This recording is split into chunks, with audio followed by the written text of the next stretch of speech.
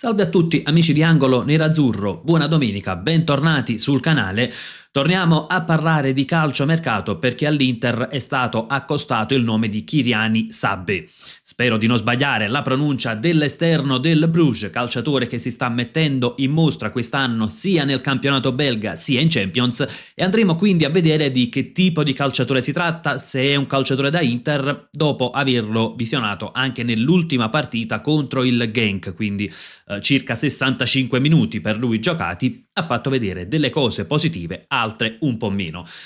Ci sono poi delle novità anche per quanto riguarda il fronte frattesi, quindi iniziamo subito il contenuto di oggi, naturalmente ricordandovi come al solito il like al video e l'iscrizione al canale, che sono operazioni semplicissime però di grandissimo supporto. Iniziamo innanzitutto dalla scheda di Kyriani Sabbe. Ecco, vediamo ovviamente solita pubblicità che ci copre la scheda, eccola qui. Kyriani Sabbe, nato il 26 gennaio 2005, quindi calciatore di 20 anni che ne compierà 21 appunto il prossimo mese, altezza 1,75 m, peso che si trova in rete circa 68 kg, quindi calciatore fisicamente non strutturatissimo. Abbiamo comunque un calciatore, ecco, dal punto di vista fisico e anche tecnico, secondo me, diverso rispetto a Dumfries. Posizione terzino destro, attuale nazionale il Belgio Under 21, già 3 gare giocate appunto col Belgio, valore secondo Transfermarkt 6 milioni. Tra l'altro ingaggio che dovrebbe essere inferiore ai 500.000 euro, quindi rientriamo pienamente in quella schiera di calciatori che l'Inter ha cercato, ecco, ultimamente dopo l'ingresso di OH3, quindi calciatore giovane, costo contenuto, ingaggio contenuto, calciatore da far esplodere. Ma è un calciatore da Inter? Ci arriviamo subito. Proseguiamo con la scheda di Transfermarkt. Come vediamo, ecco, il ruolo naturale, il terzino destro, viene riportato anche esterno di destra o terzino sinistro, però insomma viene schierato quasi sempre come esterno basso della difesa a 4. Contratto in scadenza nel 2028, appunto come detto, è attuale nazionale belgio Under 21. Ciò che colpisce di Sabbe è che ha già una buona esperienza, nonostante i 20 anni, ha già 14 presenze quest'anno nel campionato belga, 5 in Champions, a cui si aggiungono 3 nelle qualificazioni di Champions, e quindi 22 presenze stagionali, un solo assist, forse un dato che, ecco, fa storcere un po' il naso, ed è il contributo per quanto riguarda gol e assist. Un qualcosa che però potrebbe essere dovuto anche al modo di giocare nel Bruges. Ci arriviamo tra un attimo, quando andiamo appunto a valutare proprio la prestazione che ha avuto contro il Genk. Andiamo invece a vedere la scheda col percentile. Come ricordo sempre, il percentile è una statistica, per chi fosse poco avvezzo ai numeri, che ci dice, per fare un esempio, se vediamo per passaggi tentati nel 98esimo percentile, significa che comparandolo con altri terzini lui fa quella determinata statistica meglio di altri 98 su 100, ecco.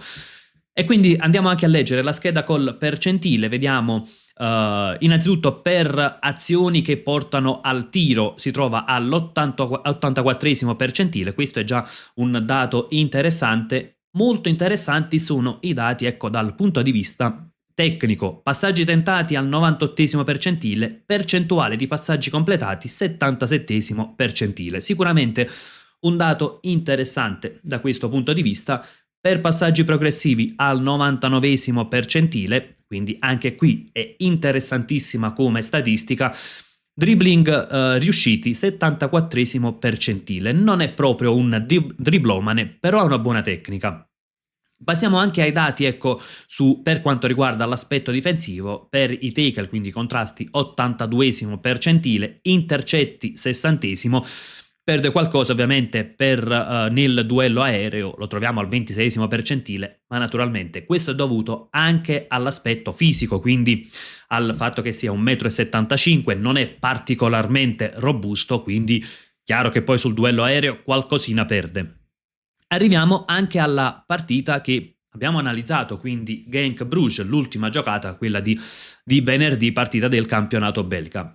Sabbe era schierato da esterno basso della difesa a 4, quindi un 4-1-4-1, ecco era insomma quello del Bruges, almeno secondo il sistema di gioco iniziale per così dire. Quello che ci interessa però è che lui sia stato effettivamente un esterno basso e lo vediamo anche nella mappa termica.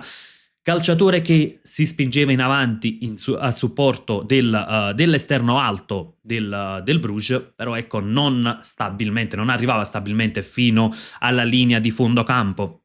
Faceva delle sovrapposizioni, ecco, dava una linea di passaggio, però era un modo di giocare ecco, diverso rispetto a quello che si chiede al quinto nel 3-5-2. E quindi questo è il primo aspetto. Andrebbe in un certo senso, ecco, ci sarebbe da lavorare dal punto di vista tattico per farlo diventare un vero e proprio quinto. Di base però non è la base c'è, ecco, per renderlo un quinto. Questi sono appunto sono i numeri della sua partita contro il Genk. Vediamo contributi in difesa 6, contrasti vinti 3 su 3, duelli a terra vinti 5 su 7, spiccano anche quelli aerei perché ne ha vinti 2 su 2, ecco, nonostante poi ha concesso qualcosa in occasione del secondo gol del Genk. Proseguiamo anche dal punto di vista tecnico, ecco, troviamo un passaggio chiave che, ecco, in alto nella scheda, cross precisi 0 su 3, in realtà, ecco, a volte le statistiche sono anche un po' alterate magari dalla bravura difensiva dei calciatori avversari, magari da un calciatore che non è riuscito ecco, a recepire, per così dire, il cross, però non erano cross sbagliati, ecco, comunque tecnicamente non erano ecco, dei cross, ha mostrato comunque una buona qualità da quel punto di vista. Vediamo passaggi nella metà campo avversario, il 64% completati, lanci lunghi 2 su 4, dribbling riusciti 2 su 3. Arriviamo quindi al punto. È un calciatore da Inter? Dal mio punto di vista potrebbe diventarlo, non lo è ancora per l'immediato. Arrivo anche al perché. Sicuramente dalla sua presenza presenta una buona tecnica di base, anche per quanto riguarda i passaggi nello stretto, tecnicamente è un calciatore valido. Buon dribbling, non è un driblomane come dicevamo prima, però ha un buon dribbling, ha un buon 1 contro 1 e ha una buona rapidità, soprattutto nel primo scatto, quindi non è quella forza esplosiva che siamo abituati a vedere con Dumfries, però ha una buona rapidità. Perché dico che però è un calciatore che attualmente forse non è ancora da Inter, perché andrebbe migliorato dal punto di vista tattico, sia per adattarlo ad essere un quinto, perché è chiaro che un conto è fare l'esterno della difesa a 4, un conto è fare il quinto, è un tipo di lavoro completamente diverso e su questo ecco andiamo anche a riprendere quella che è la mappa termica. Il quinto dell'Inter solitamente è un po' a tutto campo, qui vediamo Sabbe invece che andava a supportare l'esterno alto, naturalmente l'ampiezza poi veniva data appunto dall'esterno d'attacco del Bruges e andrebbe migliorato tatticamente anche per alcune letture difensive. C'è un aspetto nei primi due gol del Genk, la partita è finita 5-3 per il Bruges, nei due gol del Genk purtroppo c'è il suo zampino, soprattutto sul primo, dove Sabbe sbaglia una verticalizzazione, un passaggio ecco a cercare un calciatore nella metà campo avversaria, di per sé non è un errore grave perché l'idea era buona, poi c'è stato l'anticipo di un calciatore del Genk. Il punto è stato un po' la reazione all'errore e la lettura difensiva in quel momento, perché poi, ecco, pochi tocchi e il Sabbe perde il calciatore alle sue spalle, calciatore che poi arriverà a segnare, quindi lì la lettura difensiva non è stata ottimale e probabilmente quello è un aspetto su cui lavorare. Sul secondo gol del Genk in realtà c'è sì il suo zampino, però molto meno grave dal mio punto di vista, perché c'è un calcio piazzato per la squadra di casa, lui segue l'avversario, poi subisce un po' un blocco da un altro calciatore del Genk e perde poi l'autore del gol, quindi è vero che inizialmente c'era lui sul calciatore che ha siglato il secondo gol del Genk, però insomma è anche una situazione non semplicissima da leggere per un calciatore. Il mio giudizio è che è un calciatore che può diventare da Inter, quindi non sarebbe un acquisto folle, ecco, da parte dell'Inter, per un calciatore da far crescere, quindi magari acquistarlo e lasciarlo ancora al Bruges potrebbe essere una soluzione, ovviamente se la squadra belga è d'accordo, o acquistarlo magari, prenderlo in estate e fargli fare un altro prestito per dargli continuità da titolare, per farlo crescere e poi magari riportarlo all'Inter. Ecco, questa potrebbe essere una soluzione, quindi un calciatore che di base è valido, ma va un po' in un certo senso sgrezzato. Certo che trovare un ventenne che ha già esperienza in prima squadra, stabilmente in prima squadra del Bruges, ha esperienza in Champions, non è semplicissimo da questo punto di vista. Non è il sostituto di Dumfries, potrebbe però diventare un'alternativa valida in futuro, almeno per quello che ha fatto vedere fino ad oggi. Nella partita tra Genk e Bruges spiccava invece Aleksandar Stankovic, autore anche di un gol. Su di lui ci sono gli interessi anche di squadre della Premier e l'Inter dovrà decidere se lasciarlo ancora a Bruges. Ricordiamo, recompra valida sia il prossimo anno, la prossima estate, per 23 milioni, sia nell'estate 2027 a 25 milioni, oppure riportarlo, ecco, subito a Milano nell'estate 2026 per poi decidere, potrebbe venderlo e fare un buon guadagno, ovviamente venderlo ad una cifra superiore, oppure addirittura tenerlo in rosa e farlo diventare un po' il post Çalhanoğlu, che potrebbe partire in estate. Senza il rinnovo quasi sicuramente il turco partirà.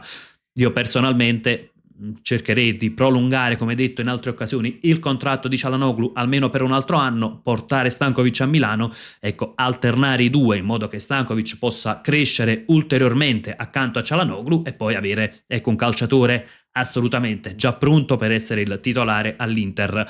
Chiudiamo anche con il nome di Davide Frattesi, calciatore che comunque può essere in uscita. Dico può essere in uscita perché l'Inter chiede 30-35 milioni e a quella cifra la Juventus, che era interessata al calciatore, non arriva nel mercato di gennaio.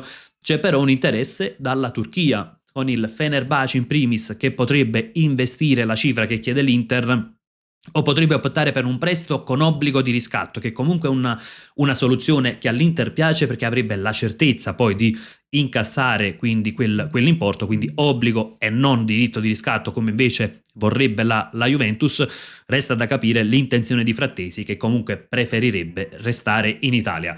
Ragazzi, fatemi sapere anche la vostra su questi ultimi nomi, sia su Sabbe, terzino destro del Club Bruges, sia sulla situazione Aleksandar Stankovic, Çalhanoğlu, Frattesi. Insomma, come al solito, discutiamone nella sezione commenti. E come sempre, invece, io vi lascio con un gran bel Forza Inter!